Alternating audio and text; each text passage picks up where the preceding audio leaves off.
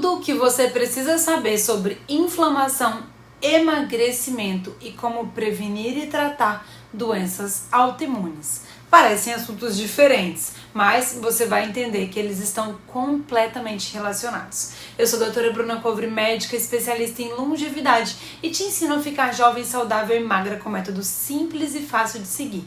Já curte esse vídeo e se inscreva no canal, ative o sininho para você receber as notificações de todos os conteúdos que estamos postando por aqui. No vídeo anterior aqui no canal do YouTube, eu falei sobre detox e desinflamação. Eu expliquei a importância de desinflamar para evitar doenças. O tema desse vídeo, ele vai ser dividido em 2 vídeos, pois eu quero te mostrar o funcionamento do seu corpo e as intervenções que você pode fazer para se cuidar. Então vamos lá. Uma doença autoimune é uma doença inflamatória. E a inflamação, ela pode não ser, às vezes, uma doença autoimune, para aquela pessoa no caso. Mas a base do que acontece para que a pessoa expresse a autoimune é uma base inflamatória. Não por acaso que uma das estratégias de tratamento para quase todas as doenças autoimunes, em algum momento, é a utilização de corticoides em altas doses, os quais exercem um papel anti-inflamatório. Então, vocês vão entender aqui quais são as teorias que nos levam ao porquê uma pessoa expressa uma doença inflamatória ou uma doença autoimune ou uma condição inflamatória. E entendendo isso, o que a gente pode fazer para reverter esse quadro, ajudar no tratamento da causa do problema. Vamos falar das causas das doenças autoimunes. Primeiro, fator genético. O fator genético é uma pequena parte das causas. A genética, ela não é o destino, porque autoimunes ou doenças inflamatórias dependem dos gatilhos, do ambiente, daquilo que a gente come, das toxinas, das infecções, do estresse. Isso é, do estilo de vida, das escolhas de vida. E como isso, então, influencia demais, muitas vezes, além de uma condição de inflamação do intestino, leaky gut, um intestino muito permeável, é o principal dos fatores. Como expliquei para você no vídeo anterior aqui do canal do YouTube falando sobre inflamação. Portanto, a condição genética é o que menos importa, porque o que vai determinar a expressão são os seus hábitos, é o seu intestino, como a genética não é esse destino. Todos os estudos, eles reiteram sempre a mesma informação categórica. O que a gente faz para expressar verdadeiramente essas doenças são as nossas escolhas. É o modo como a gente vive, são o estilo de vida, são os gatilhos que a gente apresenta ao nosso corpo. As chaves que viramos na expressão dos nossos genes só dependem de nós mesmos, das escolhas que fazemos. E é isso que se chama de epigenética. Então eu já começo com essa consciência aí para vocês. Eu trouxe essa consciência porque as pessoas estão em busca de um remédio para tratar uma inflamação ou uma doença autoimune. Temos que usar a medicação na crise, sim, claro. Precisamos muitas vezes estabilizar os sintomas. Mas o mais importante é tratar a causa, desinflamar o seu corpo. E o foco são os seus hábitos. Existem 2 processos que têm relação com a alimentação e os nutrientes que interferem na expressão genética. Ou seja, que vão estar ligados à expressão adequada dos genes e não deixar que esse seja um fator de adoecimento e manifestação de doenças autoimunes. O primeiro fator são os macronutrientes, carboidratos, gorduras e proteínas, que já temos vídeo aqui no canal falando deles com detalhes também. Eles são capazes de ajudar na inibição de expressão de genes ruins e nos ajudar na prevenção de doenças. Olha aí a importância da alimentação. Por isso também, uma divisão correta do prato na hora das suas refeições, fornecendo todos esses macronutrientes em todas as refeições, como eu sempre ensino a você nos conteúdos por aqui também. O segundo fator são os micronutrientes, que são as vitaminas e os minerais, que têm muita relação com a expressão genética adequada. São principalmente as vitaminas do complexo B. Elas são um dos suplementos mais importantes de estarem na rotina das pessoas. Porém, esses fatores todos, eles são dependentes da ingestão, da metabolização e da nossa microbiota intestinal. Se esse equilíbrio acontecer, vai existir um bom controle da expressão genética. Então, volto ao assunto.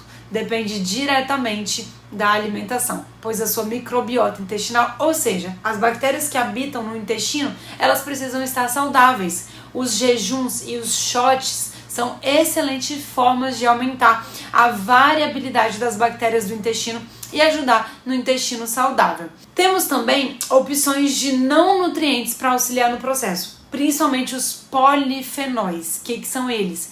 Que não são essenciais na nossa vida, mas que auxiliam muito, como se fossem ajudantes do nosso sistema. Dos polifenóis, a gente tem estudos dos mais relevantes com o uso dos curcuminoides. Os curcuminoides são uma coisa, açafrão é outra. Os curcuminoides, eles estão dentro do açafrão, mas não é o açafrão, é um dos componentes do açafrão.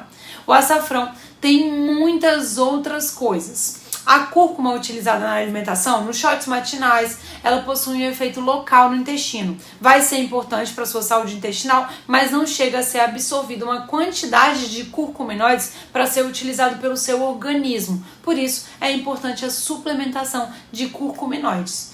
E isso se faz com uma importância na diferença aí na expressão da modulação epigenética, na seleção dos genes que vão expressar, como a gente está conversando aqui. Olha que lindo isso, né?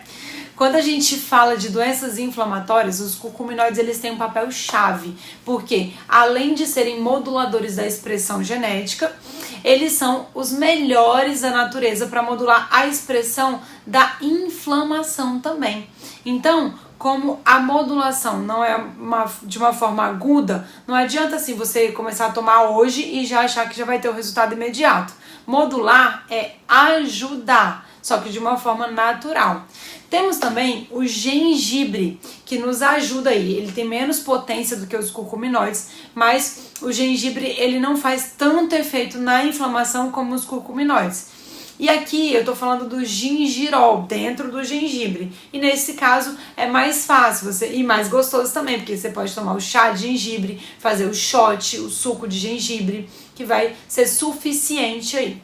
Outra opção incrível no processo de inflamação é o resveratrol, potente antioxidante que pode ser suplementado como auxílio no processo de desinflamação. São estratégias que se somam, mas o mais importante é você ter em mente. O importante é uma dieta anti-inflamatória, baseada em comida de verdade, comida fresca, sem carboidratos refinados, porque essa base que será o principal para melhorar a inflamação. Selecionar a expressão genética, melhorar as doenças autoimunes e assim você vai alcançar, lógico, emagrecimento, ganho de massa muscular e muito mais. Os suplementos, eles complementam e otimizam os resultados.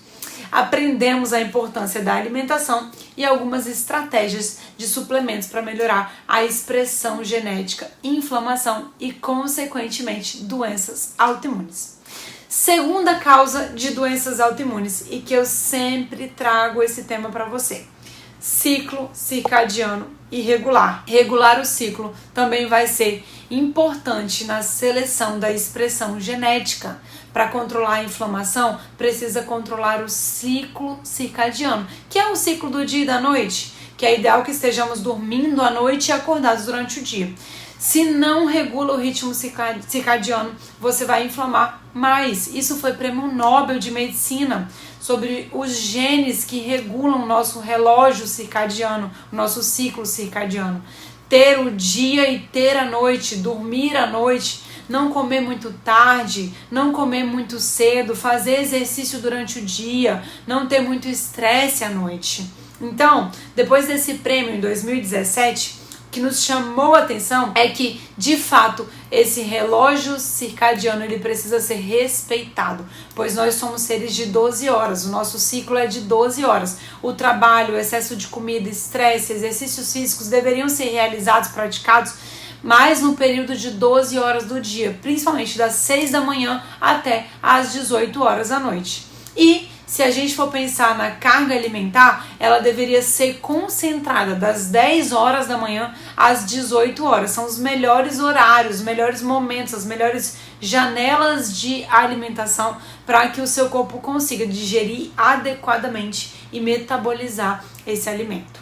O horário de comer faz diferença. Todas as refeições, tem relação com isso. As reações genéticas, a expressão genética vai depender disso. Ou seja, independente de você ter uma boa alimentação, estar entregando os nutrientes para que o seu corpo controle essa expressão genética, dificilmente isso vai ser suficiente sem você regular alguma coisa do seu ciclo circadiano. Quando eu desincronizo, porque eu como muito tarde, porque eu me empantuo de comer na hora errada, eu tomo café demais à noite ou no final da tarde, quando eu não respeito o que é dia, o que é noite, quando eu fico assistindo coisas aterrorizantes à noite ali, acelerando, estressando à noite, quando eu como errado, quando eu consumo gordura demais, quando eu não entrego os nutrientes, a falta do sono adequado, do sono reparador, ela vai desregular todo o seu corpo e aí acaba impactando nessa sincronização do ciclo. E quais são as desordens metabólicas que podem ocorrer? Todas! Mas a primeira delas é geralmente a inflamação. É quando a pessoa começa a perceber que começa a doer mais coisas, a dor de cabeça, uma endometriose, que pode aparecer ovário policístico, que pode aparecer dores nas articulações, na coluna, uma série de condições inflamatórias que podem começar a acontecer. Ou pode acontecer da pessoa não sentir nada, de ter uma inflamação silenciada, crônica, ela é silenciosa. E que aí você não percebe e isso vai danificando os tecidos a ponto de chegar o momento que estoura. Aí para recuperar é muito mais difícil. O ápice disso é a doença autoimune. Então não adianta só falar que é mais difícil de fazer tudo isso e jogar a toalha. Você precisa entender que ou faz a sua parte ou talvez chegue um dia que a medicação já não faça mais efeito. Isso é muito comum de acontecer. Se você tem história de doença familiar, se você tem doenças inflamatórias e autoimunes, ou se você quer ter saúde, você precisa obedecer a isso, controlar a expressão gênica, controlar a inflamação, porque não tem jeito ao longo da vida. Se a gente largar, a gente vai inflamar cada vez mais e desregular. A melatonina, que é o hormônio do sono, mas ela não é só isso, né? Ela regula a orquestra hormonal do corpo, ela tem um efeito antioxidante, anti-inflamatório, regula o sono, um efeito que ajuda na resistência insulínica, controla a expressão gênica, diabetes, obesidade, para uma série de condições. A gente precisa manter o equilíbrio entre a melatonina e o cortisol. O cortisol tem o seu pico ali de manhã e ele deve estar baixo à noite. E a melatonina tem que estar alta à noite, o seu pico é à noite. Se você está fazendo tudo errado, você toma melatonina antes de dormir e acha que vai resolver a sua vida, não vai. Pode ser até que ajude, que melhore um pouco, mas o mais importante é o hábito. Para quem tem o hábito de consumir bebida alcoólica à noite para relaxar, para dormir, o consumo de álcool antes de dormir pode prejudicar em até 40% a percepção do sono reparador. Pode acelerar a passagem das primeiras fases do sono, ou seja, vai atrapalhar as fases do sono, você vai passar a produzir menos hormônios do sono, atrapalha o efeito antioxidante, o mecanismo antioxidante do seu corpo. Essa sensação de que a pessoa tem de relaxamento à noite, ela deve ser buscada com chá e não com álcool. Com outra estratégia, seja através da oração, da meditação, músicas, um livro e não com álcool. Isso não quer dizer que a pessoa não possa ingerir eventualmente, mas se você tem doenças inflamatórias e autoimunes, faça uma limpa. Tem que ficar um período aí sem utilizar, uns 2 meses sem ingerir, para ver como que vai ser a resposta e depois você vai colocar como exceção. Senão não tem como, o álcool ele prejudica o controle da expressão genética. Estudo com 115 mil indivíduos em 12 países. A conclusão foi: a ingestão de álcool aumenta a chance de morte de todas as causas e o risco de desenvolver câncer em 51%. Pesado isso, né? Além de evitar o álcool à noite, a exposição à luz também comum é um fator importante para atrapalhar o ciclo. Vou aconselhar para vocês. Coloca aí na tela um filtro de luz, um filtro de intensidade de luz nos telefones, no tablet, enfim, no computador. Você programa para a partir das 8 horas da noite ficar amarelado. Isso é a primeira coisa importante para fazer. E criança não deveria ser exposto à tela hora nenhuma, viu? Isso prejudica a retina, a hipófise, risco de diabetes, de câncer, depressão, problema imune. Ixi, se deixar a luzinha ligada no quarto vai atrapalhar todo esse processo, pode prejudicar bílio, testículos, ovários. A produção é inibida pela luz. E, como eu disse, a melatonina ela precisa estar alta à noite. O ideal é que você coloque esse programa em seus dispositivos eletrônicos para filtrar a luz. E se você tem polimorfismo, que são alterações genéticas, o simples fato de você se expor à tela azulada à noite já seria o suficiente para inflamar mais, prejudicar o seu sono, a produção da melatonina, ou seja, já teria uma interrupção da produção independente da sua idade. A melatonina, também conhecida como hormônio da juventude, com o passar dos anos ela vai diminuindo muito a sua produção. E aí a gente sabe que estatisticamente a maioria das pessoas acima de 50 anos não produzem, independente de dormir bem. A pessoa pode até dormir bem, mas ela não produz a melatonina, que é importante para todas as funções do corpo. A melatonina entra, então, como uma possibilidade terapêutica de suplementação, uma opção de reposição para ajudar a prevenir doenças crônicas e o sono ser mais reparador. Outra suplementação que auxilia demais é o triptofano. Ele converte em melatonina e em serotonina e auxilia no sono de qualidade. E para boa conversão é importante também ter vitamina B6. Ela é importante para associar, para fazer essa conversão. Outra dica é o óleo de lavanda, é uma ótima estratégia para o sono também. No difusor ou inalar, ele pode ajudar bastante a diminuir a ansiedade, o cortisol da noite e inclusive modular os níveis de GABA. Mas quem é GABA, doutora Bruna? É um neurotransmissor que tem um efeito inibitório, ele vai inibir a excitabilidade do cérebro ali. Então ele vai modular, vai acalmar, nos deixando mais tranquilas e calmas. Outros moduladores de GABA também são os chás de melissa, mulungu, camomila, folha de maracujá. Se eu passo a ter comandos inadequados, ou seja, começo a ir dormir muito tarde, me alimento com coisas inadequadas, meu corpo precisa resolver essa inflamação de alimento, de açúcar que entra, de farinha, disso, daquilo. No momento que isso acontece, eu tenho, infelizmente, uma resposta que passa a ser disfuncional. Vai influenciar na expressão gênica, nos gatilhos de doença. Agora, tem condições que são basais. O ritmo circadiano não tem como negociar. Organiza ou não tem saúde. Vai precisar seguir uma regra de rotina de ciclo circadiano, senão vai enfrentar doenças. Não adianta valorizar isso e querer utilizar uma medicação, não valorizar isso aí, e querer utilizar uma medicação para resolver. Muitas pessoas só fazendo isso, regulando o ciclo, já conseguem modular a expressão da inflamação e melhorar esses processos e assim impedir que o corpo expresse doenças inflamatórias e autoimunes. A terceira causa de doenças autoimunes: sedentarismo. Práticas de atividade física é essencial para o controle da inflamação e, consequentemente, de doenças autoimunes.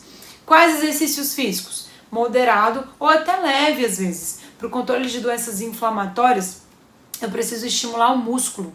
O músculo estimulado é um músculo melhorado, controla a inflamação e regula todos os órgãos do corpo. Você precisa de exercícios físicos se quer controlar doenças inflamatórias, senão não tem jeito. Como sempre falo nos conteúdos com você, os pilares da longevidade saudável devem ser o foco. Não temos que buscar fórmulas mágicas, a pílula mágica, pois elas não existem. O básico é o que funciona. Você que é portadora de uma doença autoimune ou de uma condição inflamatória, pare aí para pensar quantas vezes lhe foi perguntado, questionado sobre o seu sono, sobre a sua disposição durante o dia, como você regula o seu relógio circadiano, como é a sua higiene do sono, como é feita a sua alimentação, tudo isso. Algumas dessas coisas todas que a gente conversou aqui, eu tenho certeza que não foram nem perguntadas nem informadas para você. E hoje você entendeu muito sobre esse assunto.